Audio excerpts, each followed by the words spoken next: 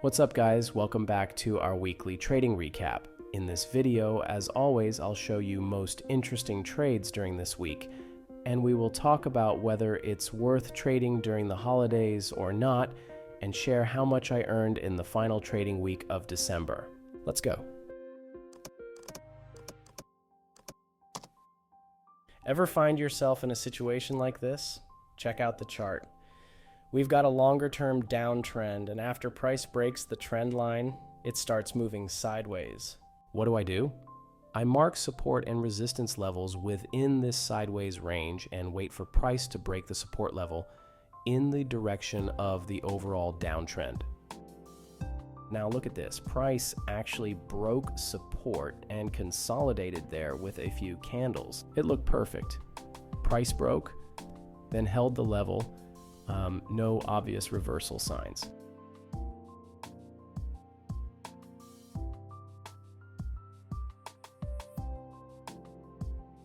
The market had a different plan and price shot back up to resistance. I included this trade in my weekly recap to show you that price doesn't always obey technical analysis. We can only read the signals the market gives and make our decisions from there. Predicting price movements with 100% accuracy is impossible. Trading is all about probabilities, not guarantees.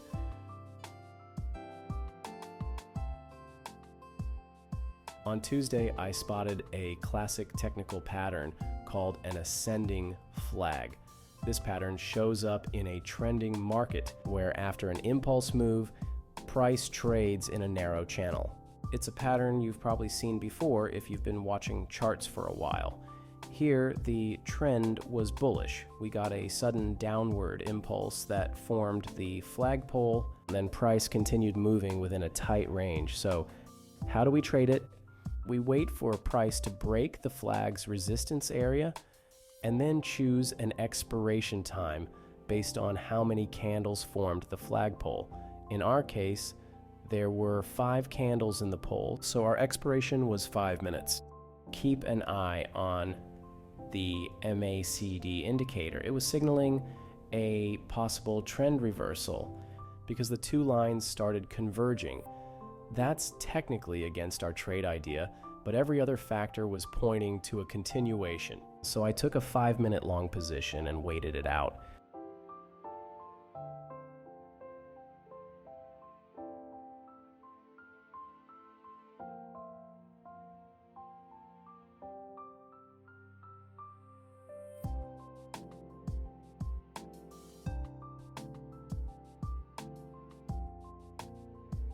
Wednesday was a day off at the exchange, so let's move straight to Thursday. Now we see a bullish trend and price formed a wedge pattern. Fun fact, a lot of people mix up flags and wedges because they can look very similar on the chart, but they're traded differently. A flag is a pattern.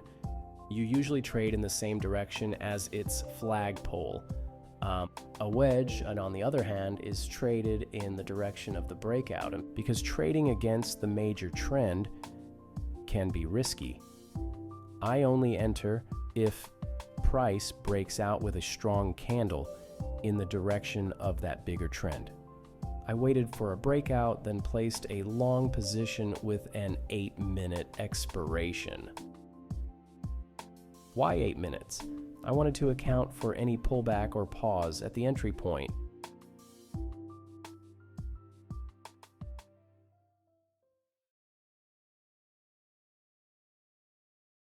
Sure, we could have gone with a shorter expiration and probably still won, but I prefer a bit of a safety net in case the market takes a brief detour.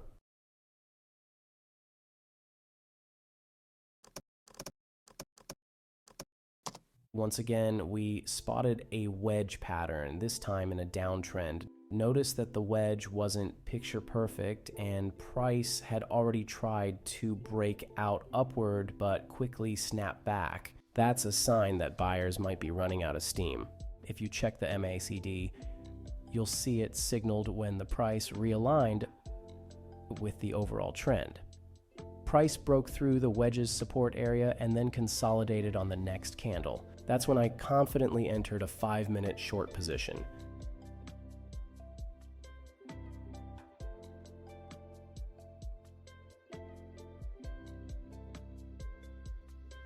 As expected, price kept moving lower in line with the larger downtrend. It moved slowly but steadily, and ultimately, this trade delivered a profit for me and everyone who follows my trading bot.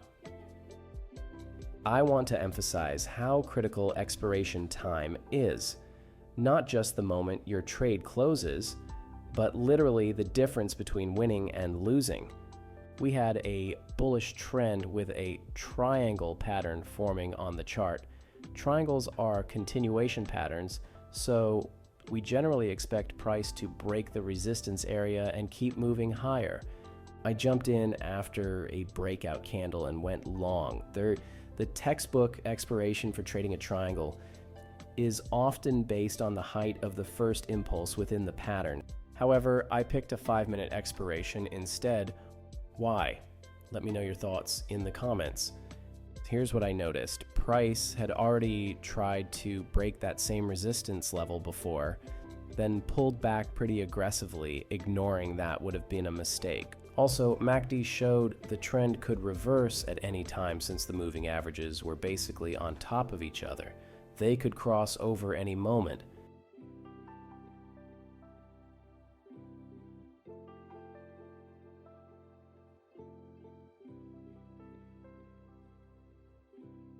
After 5 minutes, the trade ended in profit, but if I'd gone for 8 minutes, aligned with the original impulse size, there's a high chance it would have lost money because of how quickly momentum faded.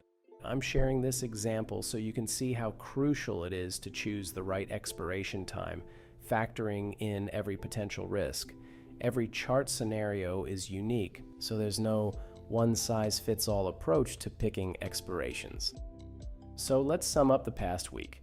Despite the holiday period and the year-end slowdown, we still made profits. A big reason is that our trades are short-term, 5 to 15 minutes, so they're less affected by major global shifts. If we'd been trading on a multi-hour or multi-day time frame, the outcome could have been very different. You can see the results on your screen right now, and I've also included a breakdown for each day. If you enjoyed this video, hit the like button and subscribe. Stay safe and be in touch.